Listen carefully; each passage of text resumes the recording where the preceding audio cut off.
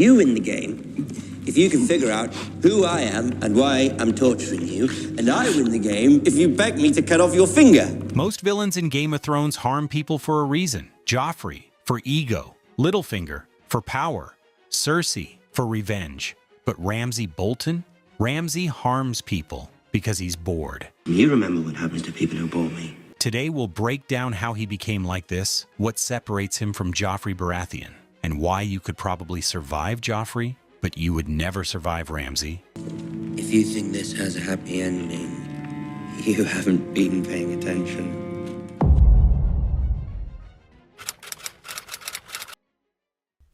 Ramsay Bolton is a textbook sadistic psychopath. Psychopathy is not a disease, but a personality structure. Think of it as a person having a specific collection of traits. First, he has no fear. He fights armed men shirtless with a knife and seems to enjoy it. But that's an important part. This is not bravery. A brave person feels fear and overcomes it. Ramsay physically does not feel it. Second, the emotional depth. We never see him experience grief, anxiety, or genuine concern. What he shows instead is a kind of detached amusement, not even joy in a full sense, but stimulation. His emotional range is extremely narrow. The same applies to attachment. Does he have friends? Is he attached to anyone? You may think of Miranda, but no, she is just a toy. And of course, there is no remorse. He commits extreme violence without hesitation and without any sign of guilt. Not because he justifies it, but because the question of guilt does not arise for him at all. But the crucial one is something else: need for stimulation and proneness to boredom. All these human huntings and tortures come from there. Let's get back to the scene where Ramsay fights the Ironborn warriors shirtless, or amuse himself with shooting Rickon instead of preparing for battle. Most people see this as just crazy, but for him it's not. You see, most of us have a high emotional baseline. Our brains are constantly buzzing with enough emotion to make us feel comfortable and alive. A psychopath like Ramsay has an incredibly low baseline. His mind is like a stagnant pond. He feels a chronic, hollow boredom that is actually physically uncomfortable. To feel anything at all, he has to crank the environment up to a 10. He fights shirtless with a knife not because he's brave, but because he's trying to jumpstart his own nervous system. This is turning into a lovely evening. He needs the life or death adrenaline just to feel as normal as you feel while drinking a cup of coffee. And this constant need for extreme stimulation is the key to everything. It explains why Ramsay doesn't just win battles, he makes a game of them. He plays with people. Keep that word, stimulation. It comes back in part 4, and that's where it gets really disturbing. So we have a person who feels nothing and needs something extreme to feel anything. Sounds like a monster. But what if I say that most likely you've encountered them in your life? Some scientists estimate that about 0.5% of the population are psychopaths. That's a lot. If this is true, a natural question arises. How could you survive that? Where are all these maniacs flogging people? Fortunately, Ramsay is an extreme case even among his own kind. Ramsay has his own way of doing things. Remember, we said that Ramsay is a sadistic psychopath. But the good news is, not all psychopaths are violent and sadistic. Actually, most are not. Violence is a separate trait. For example, Joffrey Baratheon, with whom Ramsay is often compared, is a sadist too. But he is not a psychopath. But we'll get to him a bit later. You see, extreme situations that they need to escape boredom is not always violence. Most of them live completely normal lives and never commit crimes. Military, police, intelligence, surgery, emergency medicine, rescue work, high-level management, politics. This is where they find stimulation they need without hurting anyone. So the question is, what turned this psychopath into a monster? The answer is in his childhood, but not only there, and it's darker than the show ever showed. Ramsay is different from you and me not only by his behavior. His brain is also different. Physically.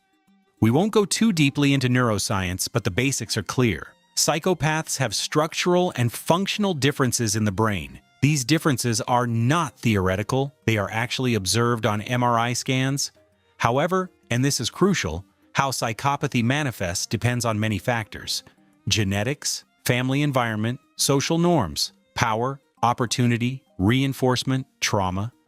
Psychopathy sets the stage. Life decides the script. But what made Ramsay such a monster? The flayed man is on our banners. My banners, not yours. Ramsay is a bastard. You're not a Bolton, you're a Snow. Even his origin story is brutal. He was born out of an act of cruelty. Apparently they'd married without my knowledge or consent. So I had him hanged, and I took her beneath the tree where he was swaying. Ramsay grew up unruly and violent. I wasn't much older, but everybody was already afraid of me. Since his early days, his mother could not control him and was terrified of him. And since Bolton had no other surviving sons, he eventually brought Ramsay to the Dreadfort. So yes, Ramsay was born this way, but everything around him amplified it. A cold, emotionally absent father. A sigil that literally depicts a flayed man. Violence normalized as tradition. Absolute permissiveness. No consequences. No boundaries. Psychopathy plus power plus encouragement equals Ramsay Bolton. But why does he need to torture people? Why doesn't he seek pleasures in hunting, brothels, traveling, and other activities that were absolutely available to him? This is the hardest part to understand. Earlier, I mentioned one trait in particular: need for stimulation. That is the key. Let's say it again. Psychopathy is not the same as sadism. They may or may not coexist, but they are not the same. A sadist may be deeply emotional. Look at Joffrey. He has many emotions, mostly negative, but still. Find who did that and bring him to me! He is capable of feeling something, and his sadism also comes from a need for emotions. And now we get to the main point. Ramsay is terrifying because he combines psychopathy's emotional emptiness with sadism's pleasure in pain. In other words, he is both a psychopath and a sadist. This combination is very rare, and that's how serial killers like Ted Bundy appear. By the way, can you see something common? Ramsay does not torture people for revenge. He does not torture them for information. He does not torture them to boost his ego, like Joffrey does. He tortures people because it entertains him. Ramsay says it himself to Theon. Isn't happening to you for a reason. Well, one reason. Enjoy it. That's it. And that's what makes it so disturbing. For Ramsay, torture is a way to escape boredom. And like all stimulation, it escalates. Old methods stop working. Pain alone is no longer interesting. Killing someone painfully is not enough. What fascinates him is the destruction of personality. And what are you really? Reek. Until when? Always. That's why what he does to Theon is so deliberate. He doesn't start with cruelty. He starts with hope. No, burned everything down. Not everything, my lord. He pretends to save him. She's up here. Yara. Hope, followed by betrayal, is far more powerful than pain. I brought him back. He killed the others. What? Ramsay enjoys knowing what is coming while his victim does not. He enjoys control, anticipation. This is his game. And this is the most disturbing part. He has nothing against his victims. He feels no hatred. Think of a hunter. If you asked a hunter, why do you kill this animal? Do you hate it? The question would confuse him, because for a hunter, what he does is just natural. He doesn't see this deer or this fox as his equal. It's an object. That is Ramsay's psychology. People are not equal to him. They are prey, assets, objects. He does not care about their interests. He uses them.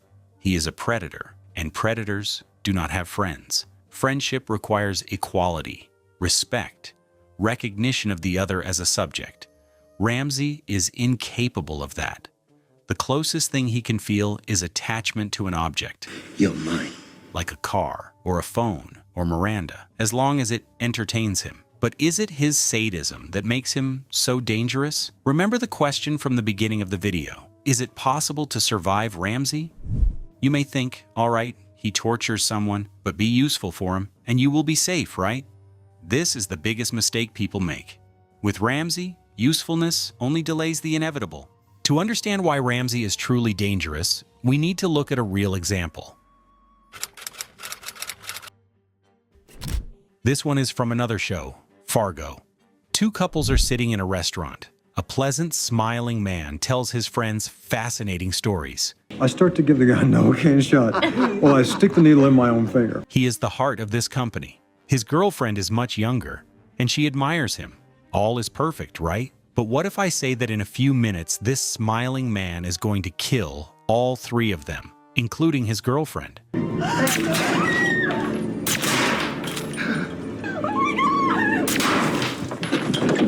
This man is also a psychopath. His name is Lorne Malvo. But why did he do that? Lorne Malvo is a hired assassin and gets a $100,000 contract.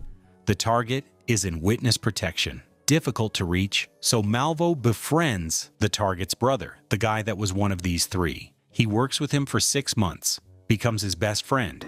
I worked this guy for 6 months, Lester. 6 months. Socializes, builds trust, gets a girlfriend from the same workplace, and finally, He's in witness protection. Well, I'd like to meet him. No, screw it. What are you doing next weekend? in a few hours, he is going to meet his target. After 6 months of work, the job is almost done. And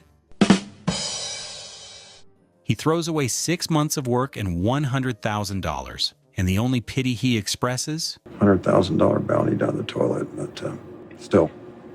The look on his face when I pull a gun, classic, huh? Why? If he wanted to make that triple kill, why didn't he wait and get that money first? Because he felt like it. He met someone from his past life. Lester, is this what you want? And a new, more amusing game presented itself. Yes or no? Yes. Malvo didn't kill them because he was angry. He killed them because his low baseline kicked in. That's on you.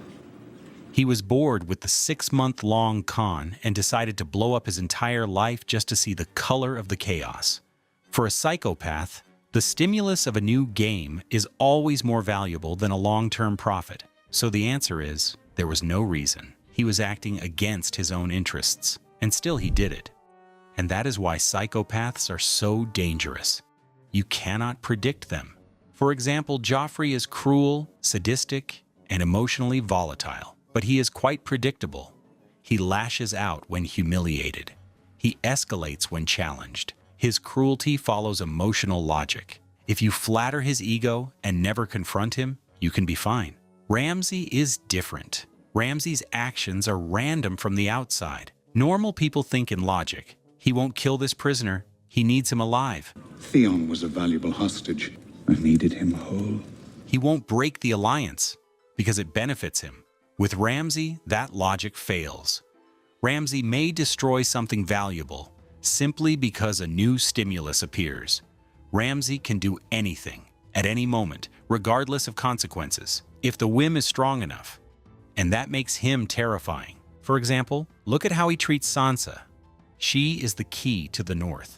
She is not just a girl, she is legitimacy. The Boltons are not respected in the North. Tywin Lannister has given me the North, but he won't lift a finger to help me take it. Their position is unstable. Sansa comes from a family with a 1,000-year history. They need her. We need the North to face it. They won't back us without Sansa Stark.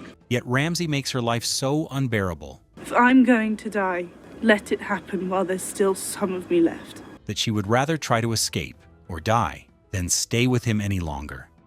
We no longer have Sansa Stark. And he loses her. You played your games with her. You played your games with the heir to the Iron Islands, and now they're both gone. He also had Rickon, the only known male heir of Ned Stark. Any other ruler would keep him alive. If something goes wrong, he's a bargaining chip. If Ramsay still had Rickon when he lost the battle, he could have traded his life for Rickon's, but instead he chooses to play his shooting game. Run to your brother. That's it. That's the game. Sansa is the only one who understands this from the beginning. What should we do? How do we get Rickon back? We'll never get him back. Because she is one of the few who knows who Ramsay really is, but no one believes her. I think he's going to fall into your trap. He won't. He's the one who lays traps. Because what she's describing doesn't fit normal human logic. Ramsay is often described as smart, but this needs precision.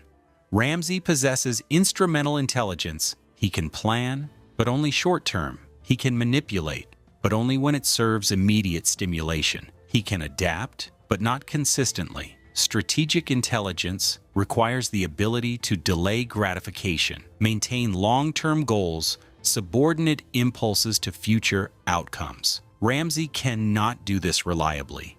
His intelligence is a tool, not a vision. This is why he sabotages himself repeatedly, why he kills assets, why he risks everything for a moment of amusement.